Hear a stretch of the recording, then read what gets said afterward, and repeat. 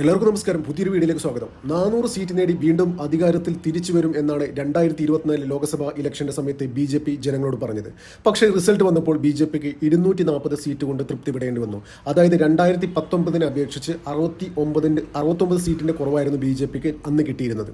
അതായത് ഇപ്പോൾ കേന്ദ്രം ഭരിക്കുന്നത്, നമുക്കറിയാം, ഇപ്പോൾ കേന്ദ്രം ഭരിക്കുന്നത് NDA സഖ്യ സർക്കാരാണ്. അതായത് 2014 2019 BJPക്ക് ഒറ്റയ്ക്ക് ഭരിക്കാനുള്ള ഭൂരിപക്ഷം ഉണ്ടായിരുന്നു. അതായത് 2024 വരുമ്പോഴും 400 സീറ്റ് നേടി അധികാരത്തിൽ തിരിച്ചു വരും എന്ന് പ്രതീക്ഷിച്ച BJPക്ക് അവിടെ സീറ്റ് കുറവ് വന്നു. ഇപ്പോൾ അവിടെ ഒരു സഖ്യ സർക്കാരാണ്. അതായത് നിതീഷ് കുമാറും ചന്ദ്രബാബു നായിഡുവിന്റെ സപ്പോർട്ട് കൊണ്ടാണ് BJP ഇപ്പോൾ കേന്ദ്രം ഭരിക്കുന്നത്. അതായത് 2024 ശേഷം പാർലമെന്റിൽ നടന്ന പല സമ്മേളനങ്ങളും ഇന്ത്യയിലെ എല്ലാ പ്രതിപക്ഷ പാർട്ടികളും ഒന്നിച്ച് നരേന്ദ്രമോദിക്കെതിരെ ആക്രോശിക്കുകയായിരുന്നു. അതായത് അവർ ധരിച്ചിരിക്കുന്നത് നരേന്ദ്രമോദിക്ക് 2014 2019 ശക്തിയില്ല, നരേന്ദ്രമോദിക്ക് കാര്യങ്ങൾ ഒറ്റയ്ക്ക് എടുക്കാനുള്ള ഡിസിഷനുള്ള വിൽ പവർ ഇല്ല, അതിനുള്ള മാൻഡേറ്റ് ജനങ്ങൾ കൊടുത്തില്ല എന്നൊക്കെ പറഞ്ഞ് മാധ്യമങ്ങൾക്ക് മുന്നിലും പാർലമെന്റിലും രാഹുൽ ഗാന്ധി ഉൾപ്പെടുന്ന പ്രതിപക്ഷ നേതാക്കൾ പാർലമെന്റിനകത്തും പുറത്തുമായി ബഹളം വെച്ചിരുന്നു. പക്ഷേ എല്ലാവരും ധരിച്ചിരിക്കുന്നത്, അതായത് മൂന്നാം മോഡി സർക്കാർ 5 വർഷം പൂർത്തിയാക്കില്ല എന്നാണ്. അതിന് അവർ പറയുന്ന കാരണങ്ങൾ, അതായത് NDAയുടെ സഖ്യകക്ഷിയായ നിതീഷ് കുമാറും ചന്ദ്രബാബു നായിഡുവും ഒരുപാട് പാർട്ടികൾ മാറിയ ചരിത്രമുണ്ട്. അവർ എപ്പോൾ വേണമെങ്കിലും നല്ല ഓഫർ വന്നു കഴിഞ്ഞാൽ ഏത് പക്ഷത്തേക്കും ചായാം എന്നുള്ള നെറേറ്റീവാണ് അത് അവരെ കുറ്റം പറയാൻ പറ്റില്ല. അതായത് അവർ ചരിത്രം അങ്ങനെയാണ്. നിതീഷിൻ്റെയും ചന്ദ്രബാബു നായിഡുവിൻ്റെ ചരിത്രം അങ്ങനെയാണ്. അവർ പല പാർട്ടികളും പല മുന്നണികളും പല പാർട്ടികളുമായിട്ട് സഖ്യം ചെയ്ത ഒരു ചരിത്രം അവർക്കുണ്ട്. നിതീഷ് കുമാറിൻ്റെ കാര്യം നമുക്കറിയാം. ഇന്ത്യയിൽ ഏറ്റവും കൂടുതൽ മുന്നണി മാറി പരീക്ഷിച്ച ഒരു വ്യക്തി ഇന്ന് ഇന്ത്യൻ രാഷ്ട്രീയത്തിലില്ല. അപ്പോൾ പ്രതിപക്ഷത്തിന് അങ്ങനെ ചിന്തിക്കാനും അവകാശമുണ്ട്. അവർ ലക്ഷ്യം വെക്കുന്നത് മൂന്നാം നരേന്ദ്രമോദി സർക്കാർ ഒരിക്കലും 5 വർഷം തികക്കില്ല എന്നാണ്. ശരിയാണ്. അതിനുശേഷം വഖഫ് ബില്ല് കൊണ്ടുവന്നു. വഖഫ് ബിൽ പാർലമെന്റിൽ അവതരിപ്പിച്ചപ്പോൾ അതിന് JPCക്ക് വിടേണ്ടി വന്നു. JPCക്ക് വിടേണ്ടി വന്നത് കേരളത്തിലെ ഇന്ത്യയിലെ പ്രതിപക്ഷ പാർട്ടികളെ ഭയന്നാണ്. നരേന്ദ്രമോദിക്ക്, അതായത് പുഷ്പം പോലെ വഖഫ് ബില്ല് പാർലമെന്റിൽ പാസ്സാക്കാൻ പറ്റിയിട്ടും എന്തുകൊണ്ട് മോദി അത് പാസ്സാക്കിയില്ല എന്നുള്ള ചോദ്യം അവർക്ക് ഉയർത്തി. അതൊക്കെ ശരിയാണ്. നരേന്ദ്രമോദിക്കും BJPക്കും ഒറ്റയ്ക്ക് ബില്ല് പാസ്സാക്കാനൊരു കഴിവില്ല. പക്ഷേ സഖ്യകക്ഷിയുടെ സഹായമില്ലാതെ ബില്ല് പാസ്സാക്കാൻ പറ്റില്ലായിരുന്നു. ശരിയാണ്. പക്ഷേ എന്നിട്ടും ഇവിടുത്തെ രാജ്യത്തെ പ്രതിപക്ഷ പാർട്ടികൾ പറയുന്നത് JPCക്ക് വിടേണ്ടി വന്നത്, അതായത് അവരുടെ വിജയമായിട്ടാണ് കാണുന്നത്. പക്ഷേ ശരിക്കും അങ്ങനെയല്ല. അതിന് പിന്നിൽ നരേന്ദ്രമോദിയുടെ ഒരു ദീർഘവീക്ഷണം, നരേന്ദ്രമോദിയുടെയും RSSന്റെയും ഒരു ദീർഘവീക്ഷണമാണ്. അതായത് വഖഫ് ബില്ല് എന്താണെന്ന് നമുക്കറിയാം. അതായത് അത് ഇന്ത്യയിലെ ജനങ്ങൾ ചർച്ച ചെയ്യണം, അതിന് പിന്നിൽ പ്രവർത്തിച്ച കോൺഗ്രസിനെ ജനങ്ങൾ തിരിച്ചറിയണമെന്ന ഒറ്റ ഉദ്ദേശത്തോടു കൂടിയാണ് BJP ഇതിന് JPCക്ക് മുന്നിലേക്ക് വെച്ചത്. അതായത് ഇപ്പം രാജ്യം ഫുൾ ചർച്ച ചെയ്യുന്നത് വഖഫ് ബില്ലാണ്. അതായത് ഇപ്പോൾ അടുത്തിടെ അതവിടെ കേട്ടെ, ഇപ്പോൾ നരേന്ദ്രമോദി പറഞ്ഞു വരാൻ പോകുന്നത്, നരേന്ദ്രമോദിയും RSSും കൂടുതൽ ഫാസിസ്റ്റ് ആവാൻ പോവുകയാണ്. അതായത് മഹാരാഷ്ട്ര ഇലക്ഷൻ്റെ റിസൾട്ടിന് ശേഷം BJP തീരുമാനിച്ചു ഇന്ത്യയിൽ ഇനി പല ഫാസിസ്റ്റ് നടപടിയുമായിട്ട് അവർ മുന്നോട്ട് പോകാൻ തീരുമാനിച്ചിരിക്കുകയാണ്. അതിലേറ്റവും പ്രധാനപ്പെട്ടത് വഖഫ് ബിൽ തന്നെയാണ്. അതായത് വഖഫ് ബിൽ ഇന്ന് നവംബർ 29 JPCയുടെ അടിച്ച റിപ്പോർട്ട് JPC പാർലമെന്റിൽ സബ്മിറ്റ് ചെയ്യേണ്ട 2 ദിവസം കൂടി മാത്രമേ ബാക്കിയുള്ളൂ. അപ്പോൾ ഈ രാജ്യത്തെ പ്രതിപക്ഷ പാർട്ടികളുടെ കുറേ നേതാക്കൾ കഴിഞ്ഞ ദിവസം സ്പീക്കർ ഓം ബിർളയെ കണ്ടിരുന്നു. അതായത് ഇത് എക്സ്റ്റെൻഡ് ചെയ്യണം, അവർക്ക് ആ സമയം കിട്ടിയില്ല. എല്ലാ സംസ്ഥാനത്തും പോയി വഖഫിൻ്റെ ഡീറ്റെയിൽസ് എടുക്കാനും അവരായിട്ട് സംസാരിക്കാനും സമയം കിട്ടിയില്ല.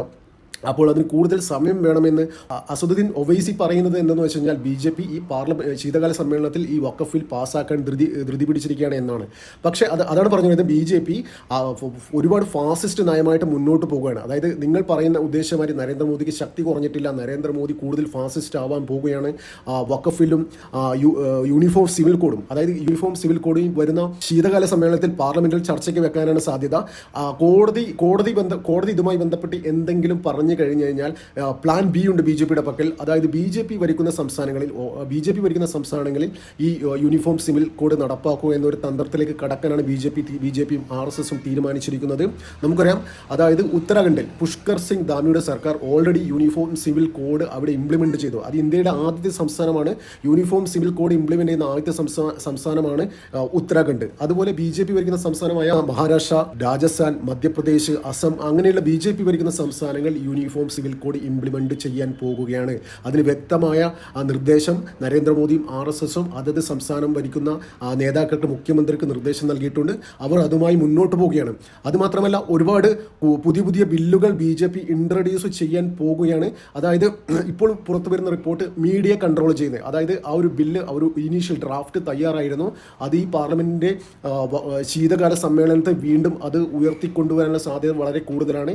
എന്ത് തന്നെയായാലും ബി ജെ പിയും നരേന്ദ്രമോദിയും കൂടുതൽ ഫാസിസ്റ്റായിട്ട് മുന്നോട്ട് പോകാനാണ് തീരുമാനിച്ചിരിക്കുന്നത്. അതായത് 2014 ജനങ്ങൾ ഇഷ്ടപ്പെടുന്നത് ഒരു ഫാസിസ്റ്റായ ഒരു നരേന്ദ്രമോദിയാണ്. അത് ആരോട് ചോദിച്ചാലും, നരേന്ദ്രമോദിയെ ഇഷ്ടപ്പെടുന്ന ആരോട് നിങ്ങൾ ചോദിച്ചു കഴിഞ്ഞാലും ഞങ്ങൾക്ക് ആവശ്യം ഗുജറാത്ത് മുഖ്യമന്ത്രിയായ നരേന്ദ്രമോദിയാണ് ഞങ്ങൾക്ക് ആവശ്യം എന്നാണ് നരേന്ദ്രമോദിയുടെ ഭരണം ഇഷ്ടപ്പെടുന്ന ബി.ജെ.പി ഇഷ്ടപ്പെടുന്ന ആൾക്കാരോട് ചോദിച്ചു കഴിഞ്ഞാൽ പറയുന്ന ഒരേ ഒരു ഉത്തരം, ഞങ്ങൾക്ക് ആ പഴയ ഫാസിസ്റ്റായ നരേന്ദ്രമോദിയാണ് ഞങ്ങൾക്ക് വേണ്ടത്. അതായത് ഗുജറാത്ത് മുഖ്യമന്ത്രിയായ ഒരു നരേന്ദ്രമോദിയാണ് ഞങ്ങൾക്ക് ആവശ്യം എന്നാണ് എല്ലാവരും പറയുക, ഒരേ സ്വരത്തിൽ പറയാം.